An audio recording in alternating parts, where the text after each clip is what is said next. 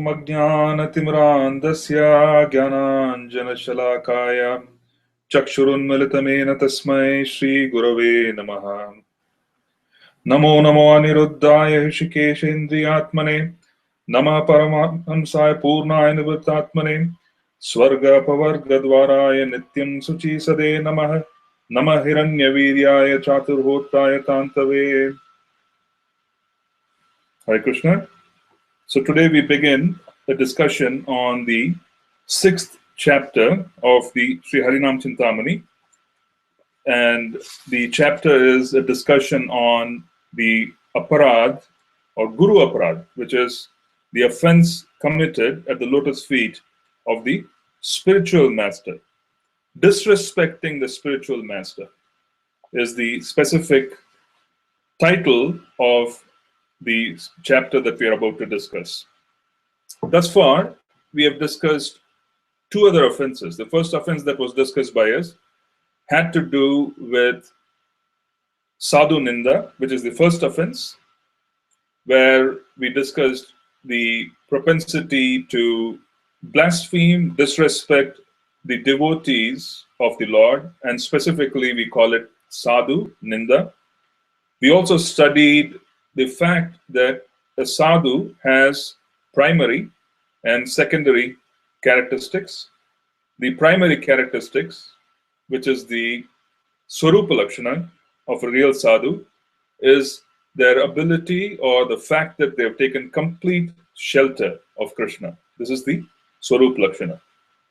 And then there is the Tatastha Lakshana. The Tatastha Lakshana is normally discussed, and we talk about 26 different qualities of a sadhu. And we said that the Tatastha Lakshana, which is the marginal qualities, develop over time because the sadhu is in touch with the primary quality of being completely under the shelter of Krishna. The more the sadhu surrenders, the more the sadhu imbibes the quality of complete surrender and complete shelter of Krishna, the greater would be the marginal qualities or the 26 different qualities of a Vaishnava. So the Tatastha Lakshana develops over a period of time as the sadhu surrenders to Krishna.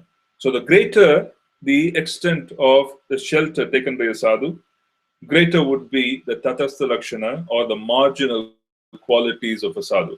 So the only means of understanding a sadhu is to primarily judge if they have taken shelter of Krishna.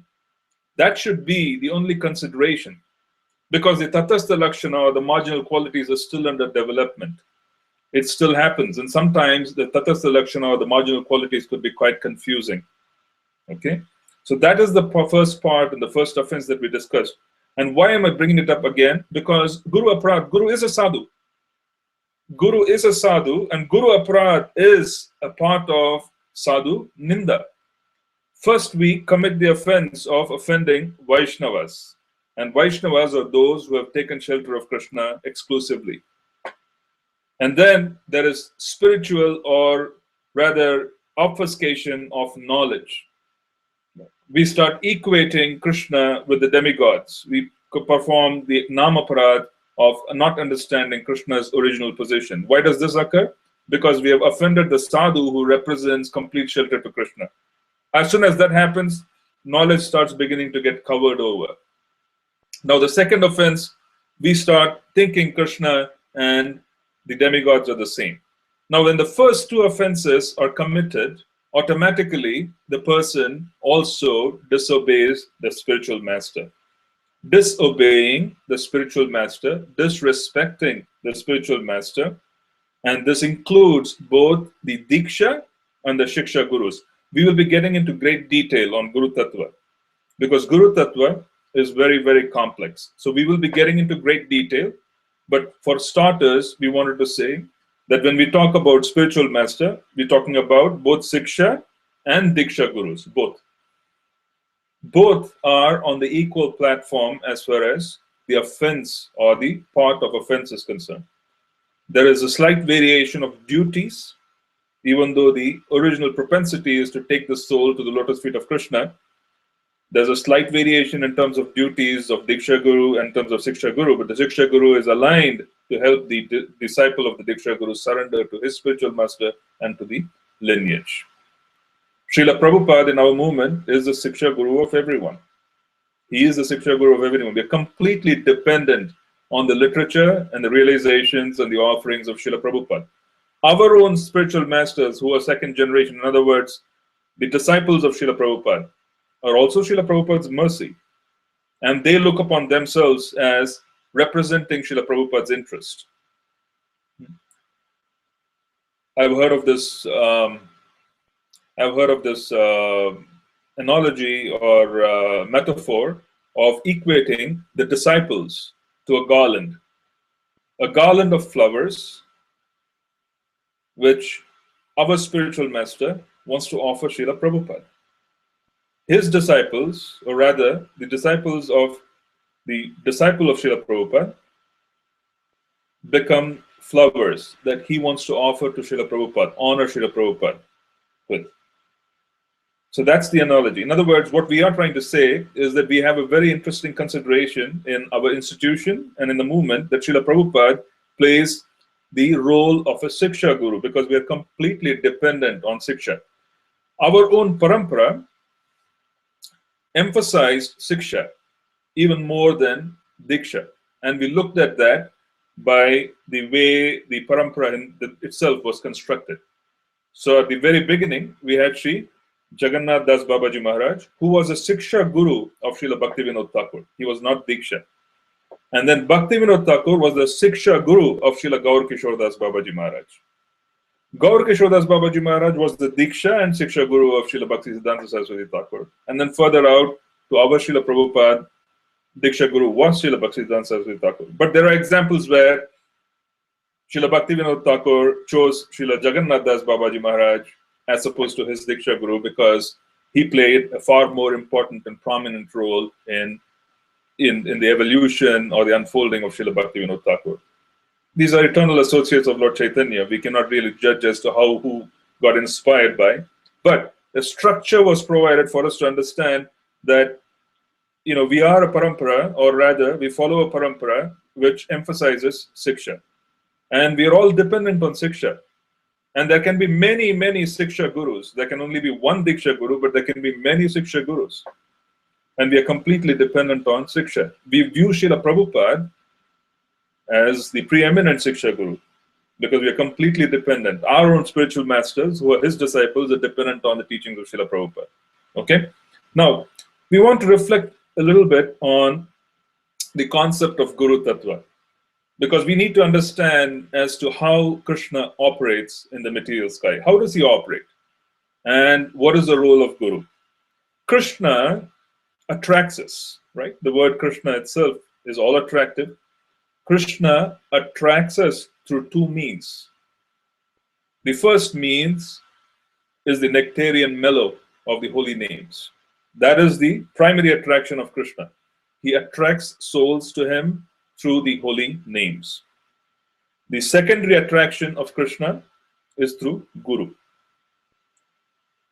Krishna attracts us through the medium of Guru, isn't it? So we hear about it in the Guru Vandana. We hear about it when we talk about the worship of Guru every day in the morning. Srila Prabhupada instituted the two prayers. The first was Guru Vashtaka, which is the Samsara Davanila Dala. The first prayer that we utter when we open the altar, which is after the Govindam prayers. And then the other is the actual Guru Puja of Srila Prabhupada's deity. Okay, he instituted two. Now, in the Guru Vandana, which is derived from Prema Bhakti Chandrika, which was written by Srila Narottam Das Thakur, which are realizations of Srila Narottam Das Thakur.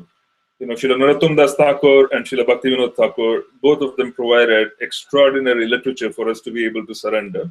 Srila Bhaktivinoda Thakur wrote Sharanagati, and then you had Srila Narottam Das Thakur write about, Prema Bhakti Chandrika.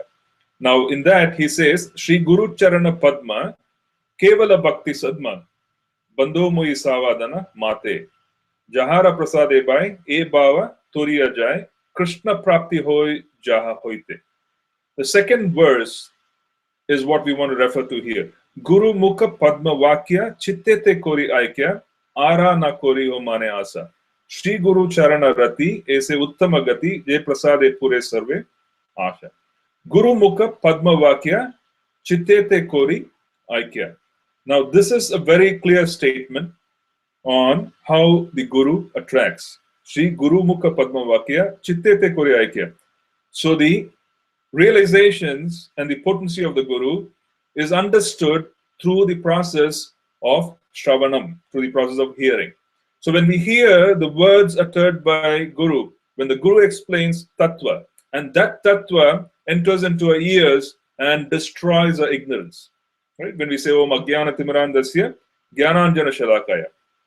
Now, similarly, the Tattva which is uttered by the Guru, the lotus words of the Guru, enters into our mind and destroys the ignorance that is within. So it is Guru Mukha Padma Vakya Chittete Kori Aikya. This is the most critical statement of how Krishna attracts us. Krishna attracts us through the medium of the Guru, and the Guru establishes a connection through his words. That's why it's encouraged a lot that we hear from different devotees. We hear from different devotees. Shravanam is the most important connection.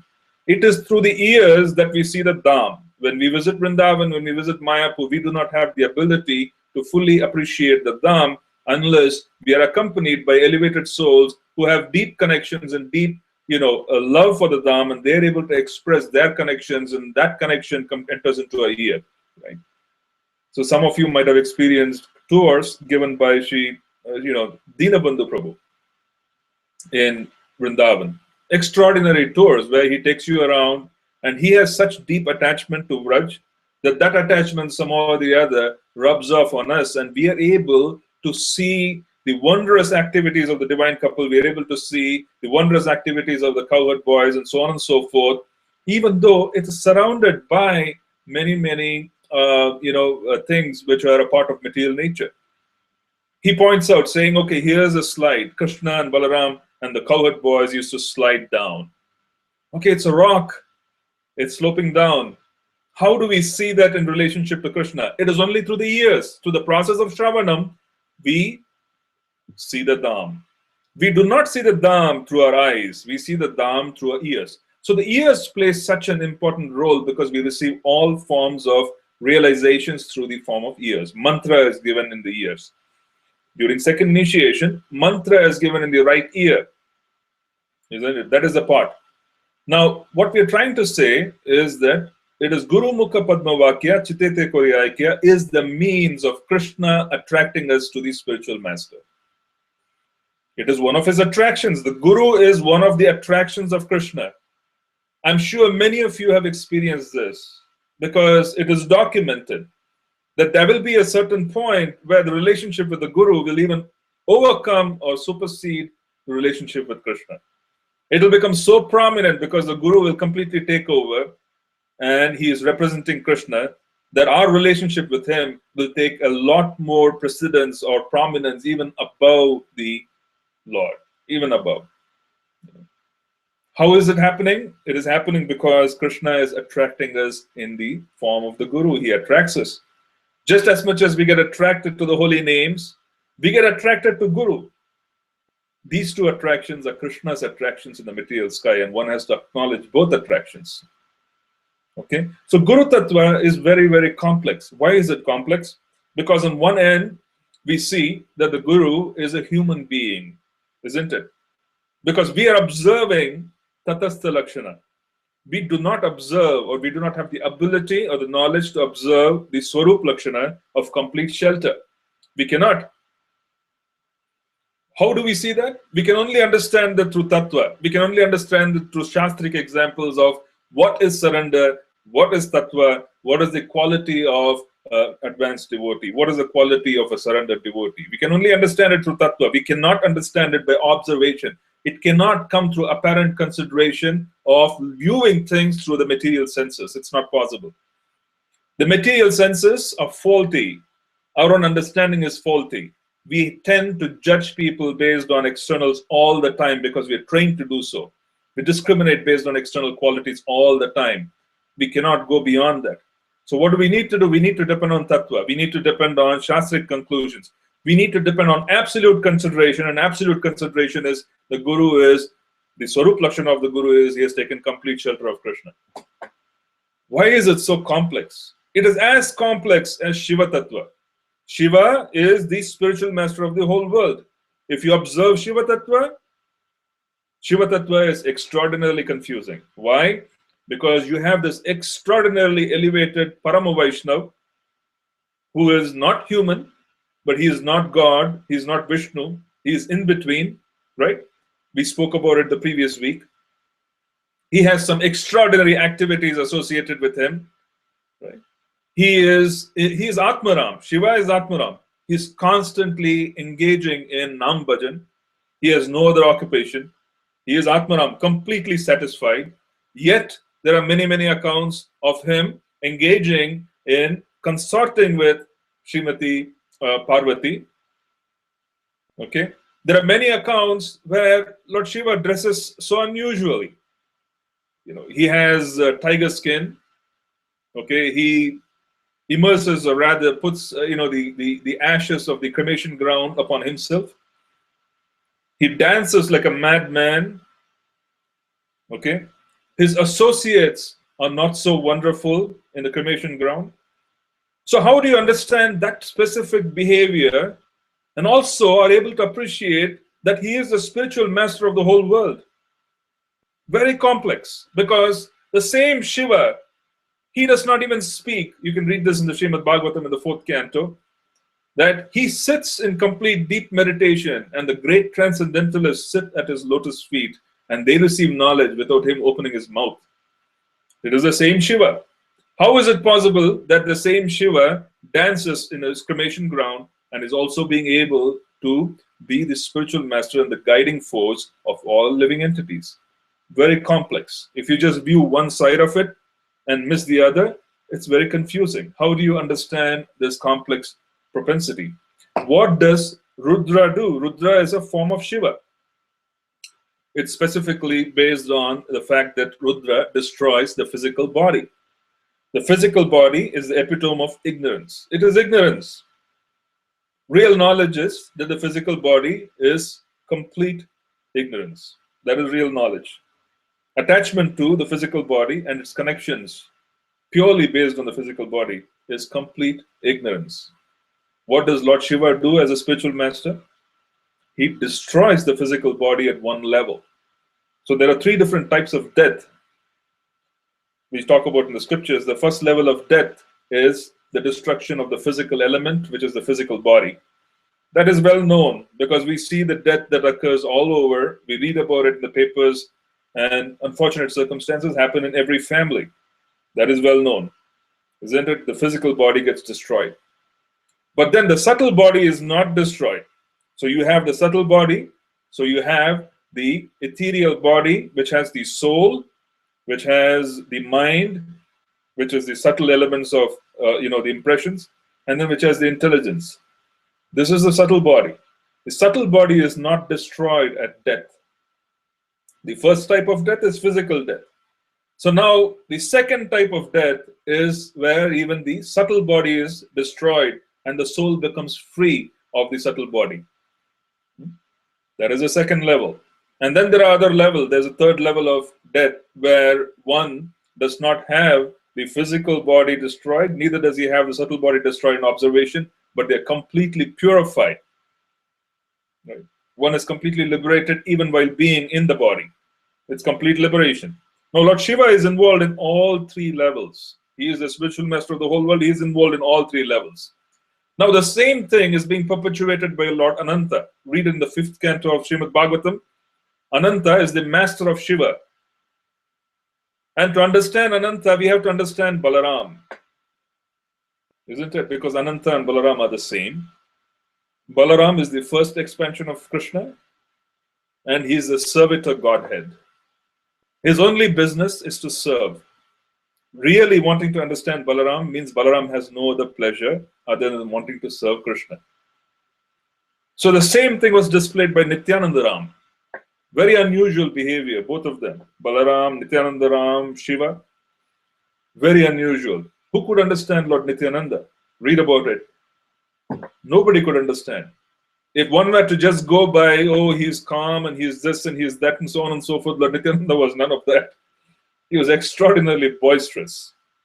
I chuckle sometimes, a relish, even thinking about how difficult it must have been for Srila Haridas Thakur to go along as a team partner with Lord Nityananda. I'm just trying to think of it.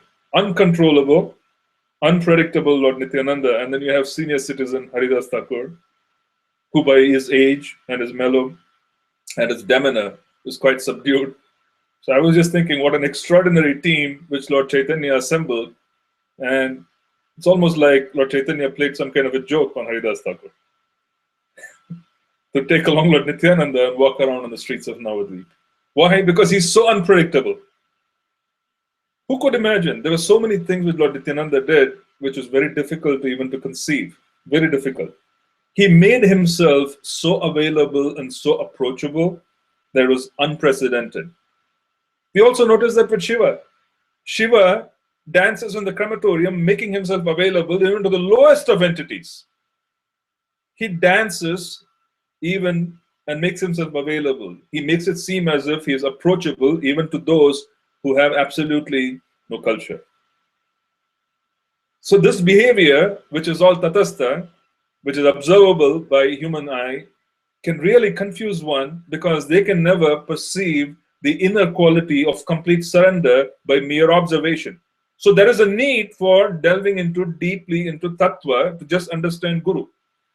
Just as much as there's a great need to understand Shiva Tattva, you have to go into scripture. We cannot depend on observation. We cannot depend on hearsay.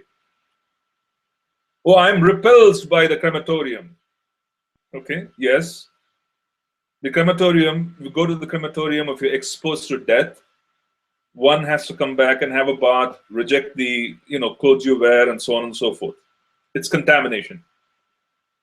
But then there he is, the spiritual master of the whole world, and he dances in the crematorium. He takes up ashes of the ashes in the crematorium, and then immerses himself in that.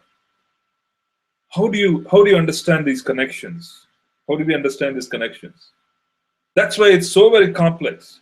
So complex, because if we end up judging Guru, be it Siksha, Diksha, by their so-called projections in the material world, we would fail. We would fail miserably. We have to be very, very careful. We have to understand True Tattva. How do we understand True Tattva? We understand True Tattva if the Guru is following his spiritual master. Is the line unbroken? Because if they speak the words of their Guru, then they are surrendered, aren't they? It is said in the scriptures that you have to accept a Guru who is fully qualified, who is a pure devotee. But then it may not be possible. Right? So our understanding is he is a pure devotee.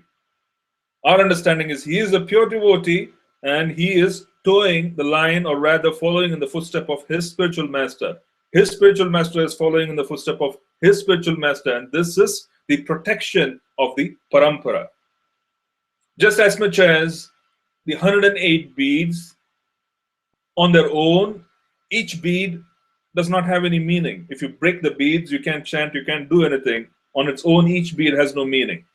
But then when they're all connected, it becomes a wonderful way for us to be able to chant and serve Krishna. Isn't it? Each one of them is dependent on the other for keeping the connection. So that is how we understand that you understand, or we understand Guru through Tattva, which is absolute reality given in the scripture. Scriptural conclusions should proceed. That is why we have a tripod. We have Shastra, we have Guru, and then we have Sadhu. The Guru is like the principal of a school.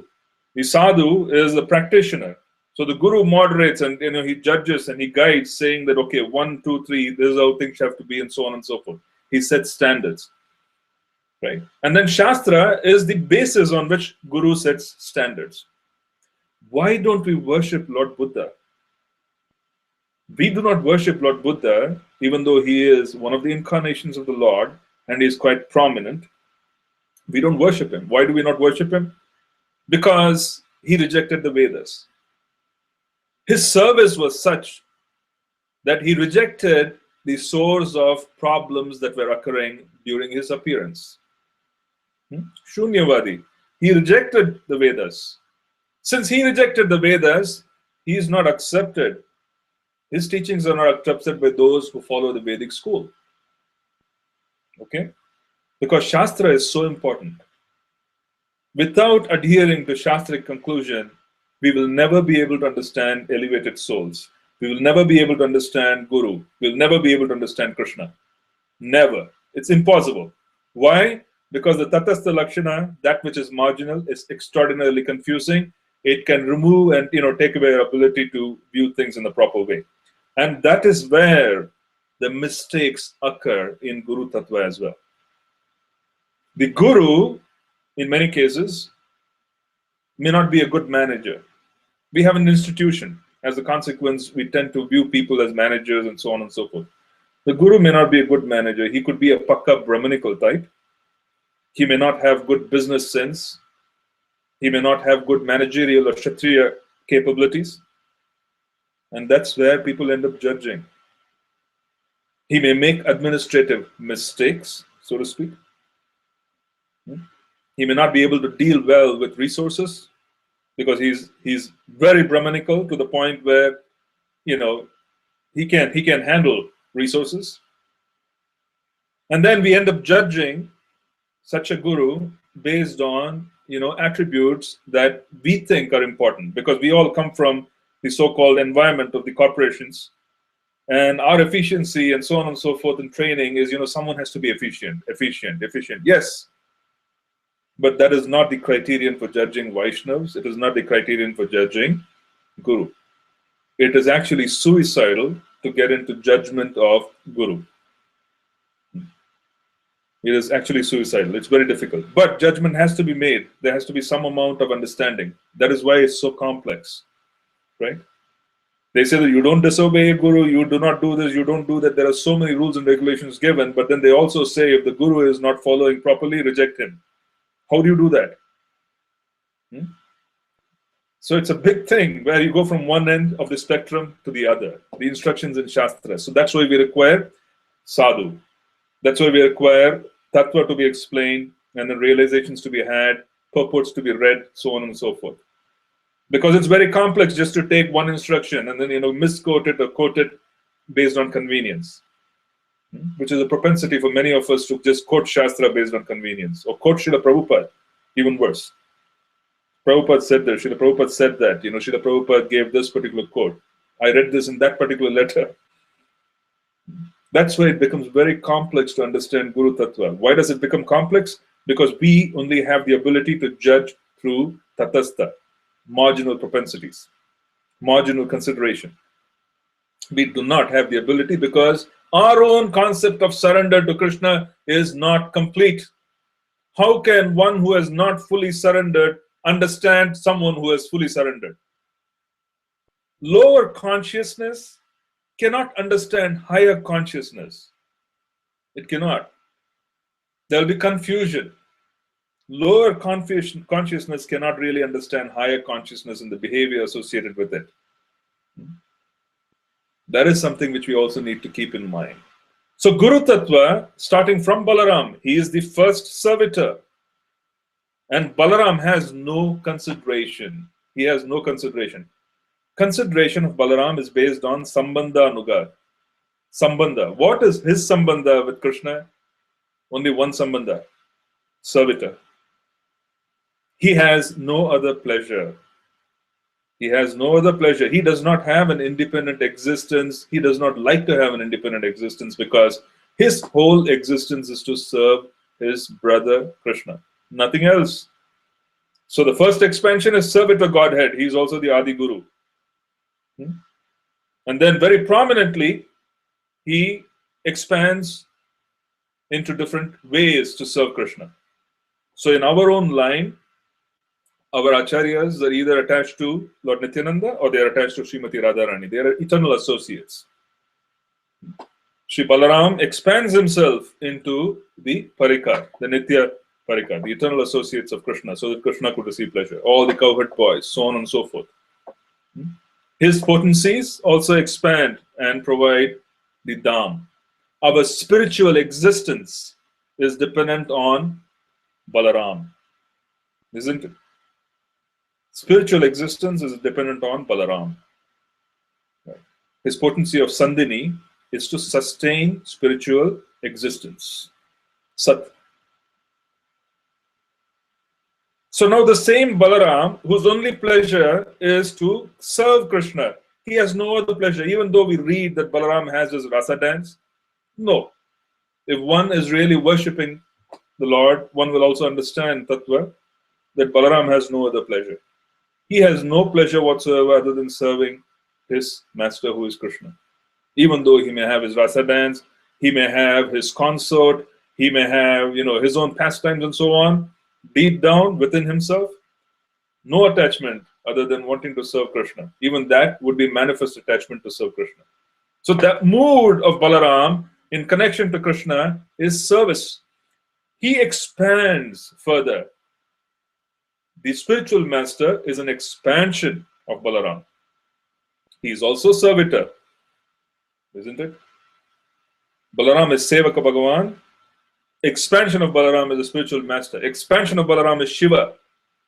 Different levels of ignorance are just destroyed. It is read in the fifth canto. Lord Ananta becomes angry. Why does he become angry? Because this opportunity set which has been provided to the Jiva is not being taken up by the Jiva.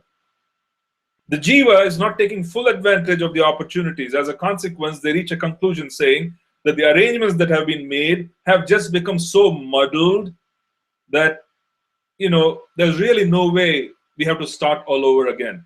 It's like the kids, or it's like someone trying to make some kind of a sculpture, and they have modeling clay, and then they start building something wonderful through the modeling clay. And then while building something wonderful through the modeling clay, they reach a conclusion saying, okay, I've started making some mess because I didn't follow a certain plan, and the whole end result is not what they planned it out to be. And it is beyond repair. It's quite an impersonal consideration if you look at it in one way, because there are so many souls with so many different activities and so on. But if it's a complete mess, Lord Ananta decides, okay, Lord Shiva, begin your work. So he inspires Lord Shiva from within, because Lord Shiva is meditating on Sankarshana, who is Ananta. This Sankarshana, Ananta, Lord Shiva, they are all connected because they are all Balaram. It's all his potency. He is Guru. He destroys ignorance at different levels. This whole material creation is ignorance. The reality is the spiritual world. The 3/4, which is the spiritual sky, is the reality.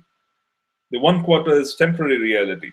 It is ignorance in one sense because it is temporary. It is asat because it is temporary.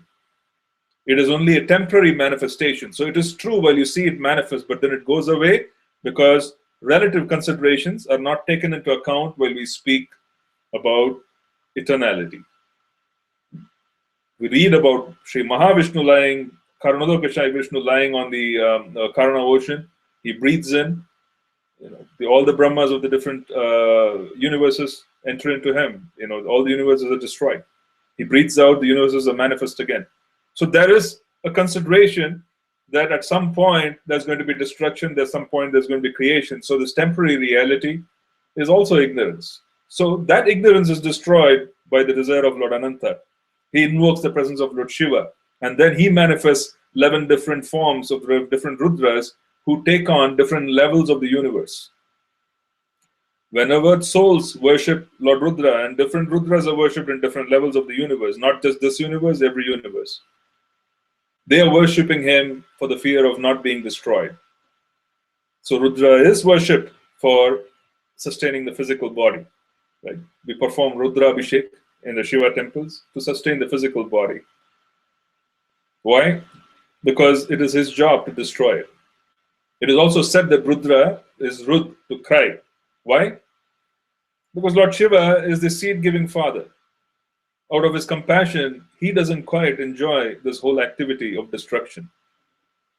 No one who is a part of creation, no guru in the real sense can destroy. Shiva is a guru. He cries out of compassion. He cries out of compassion even when destruction takes place. It is said that he cries. Yes, he cries. Rudra. Why? Out of compassion. So now we understand that there's this complex relationship which is all bound by different levels of service, which is all the desire of Sri Balaram.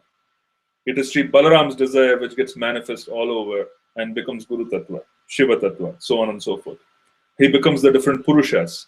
He does not want Krishna to do anything other than enjoy. He cannot take it. He will not allow Krishna to do anything but enjoy. As a consequence, he expands and he serves Krishna in so many different ways and expands and also provides the function of Guru so that we can connect. And it is a very complex relationship. Why is it complex? As I said earlier, our own ability to judge is so limited that we end up committing great flaws, great mistakes. So that's the difficulty. So I'm going to stop here and see if we have any questions. And in the next session, which is on Thursday, we will go very deeply into the actual part of, the complexity of dealing with Guru. We'll talk about the differences between Siksha and Diksha. We'll talk about the whole idea of initiation at different levels. All of this is a part of the discussion which we will do in the subsequent session. But today, I just wanted to set the stage saying it's very complex. In our institution, it is even more complex. Why? Because we have two different levels. We have Srila Prabhupada. He is the founder Acharya. He has a preeminent position. He is a Siksha Guru. For the next 10,000 years, it is said that it is going to be a Satya Yuga. And he is a Siksha Guru for the manifestation because he has provided everything we need for us to go back to Godhead. Everything. Everything. You see, the beauty about what Srila Prabhupada provided is that it has everything. One might claim that it does not have the intricate details of rasa and so on and so forth. But Srila Prabhupada provided the Bhagavad Gita, he provided Sri Bhagavatam, he gave us the Bhakti Rasamrita Sindhu as nectar of devotion to enhance our understanding of deeper mellows. He gave us an understanding of how to understand the different avatars. Nectar of devotion talks about how we can connect. He gave us practically everything. And then he gave us Sri Chaitanya Charitamrita, which is the postgraduate study, so that we could understand how elevated souls who are extraordinarily attracted to the mellow of the holy names, attracted to Krishna. Because Krishna Katha, Guru speaks Krishna Katha, and Srimad Bhagavatam is all about Krishna Katha, and Chaitanya Charitamrita talks about how devotees relish Krishna Katha. So unless one understands how to relish Bhagavatam, one will not understand the mood of the devotees in Chaitanya Charitamrita. So Srila Prabhupada basically gave us everything. He gave us everything. And since we also spoke about it in the first session, we are Kripa Siddhas, we are completely dependent on Srila Prabhupada's mercy. If we serve, that is all that is required. Everything else will be taken care of, and the evolution and the understanding and everything will come to us as and when we begin, when we serve. So we'll stop here and we'll see if we have any questions.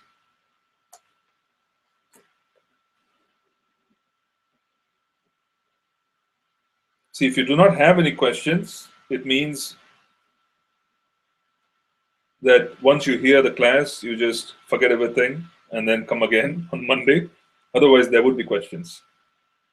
So I do hear that there are some difficulties with devotees submitting the questions, and I'm trying my best to ensure that we don't have the difficulty. I'm working on it. Please bear with me,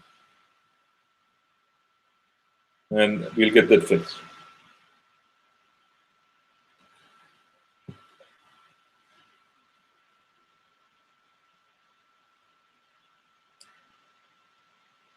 For those of you who are hearing for the first time, if there is a Q&A tab, click on it, and that will open up a window for you to be able to ask questions.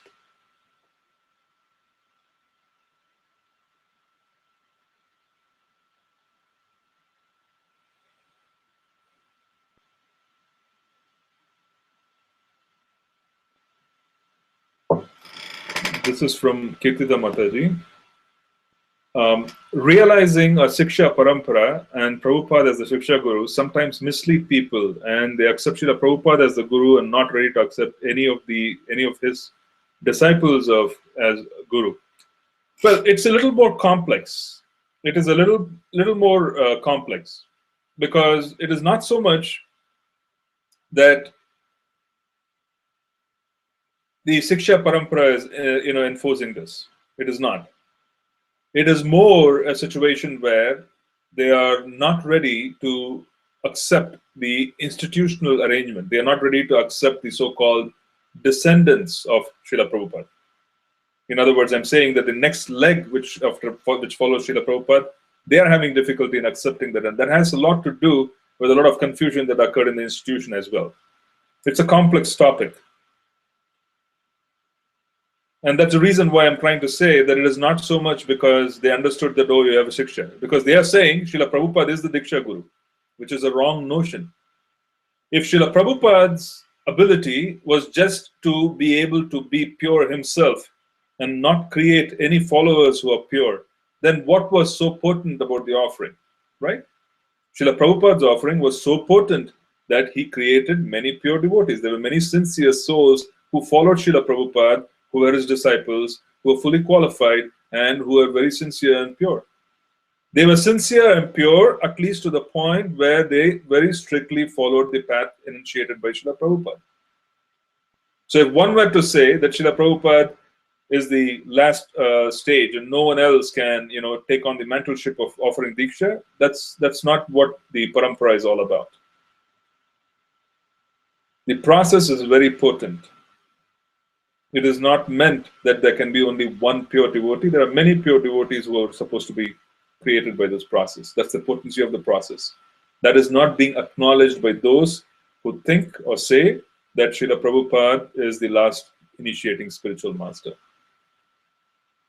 So there's a lot which happened in the movement. There was a lot of complexities because we are very young in terms of time spent on the planet. It's quite young.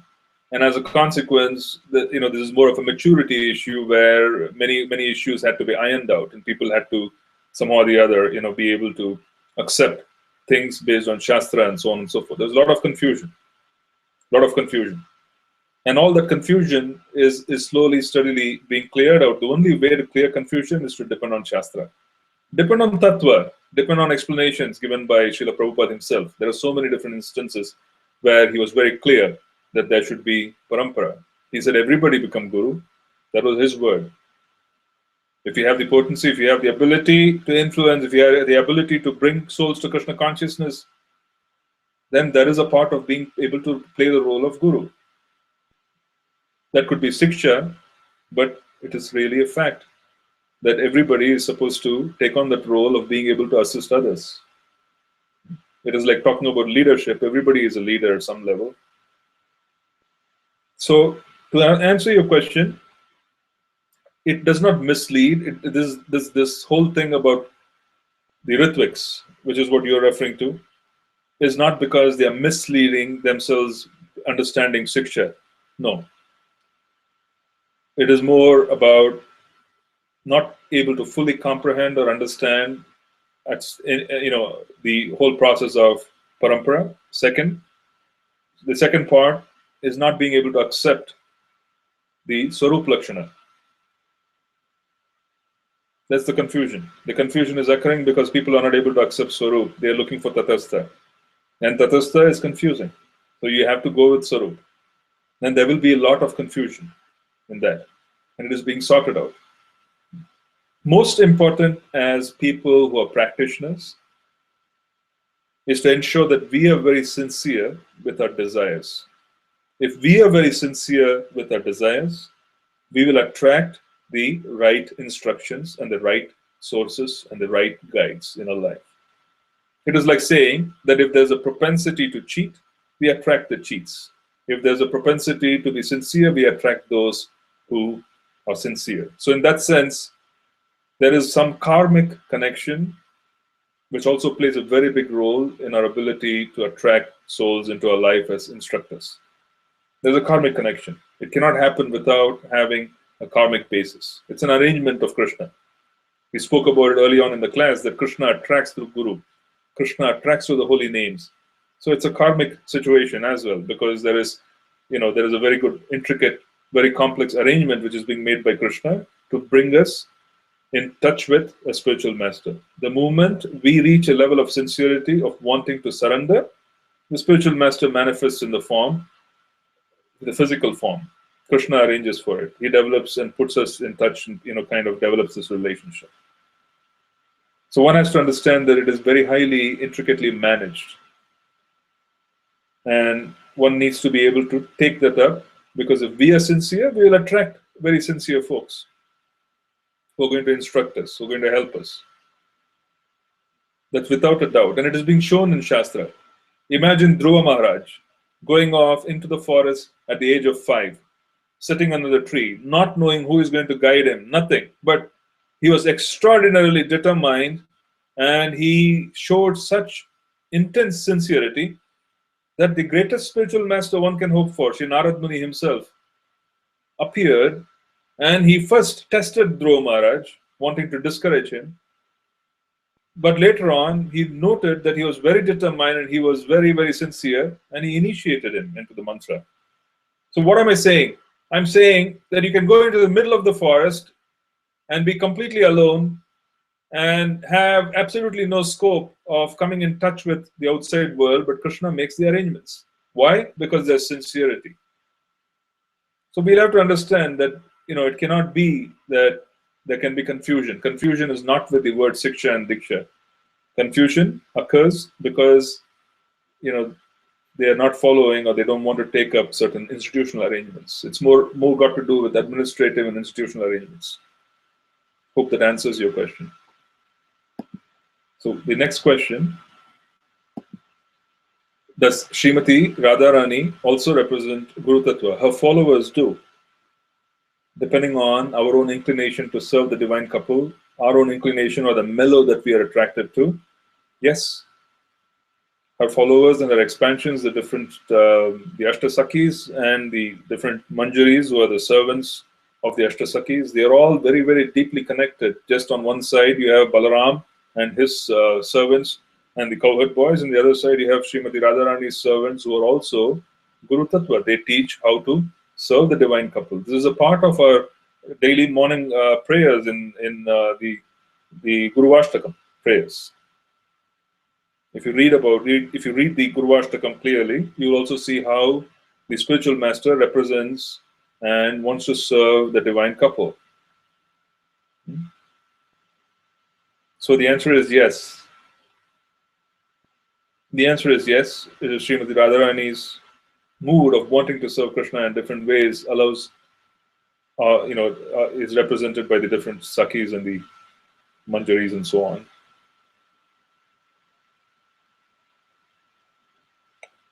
So I think we'll stop here because I don't see any other question. I'll probably just give 30 seconds more and then we stop.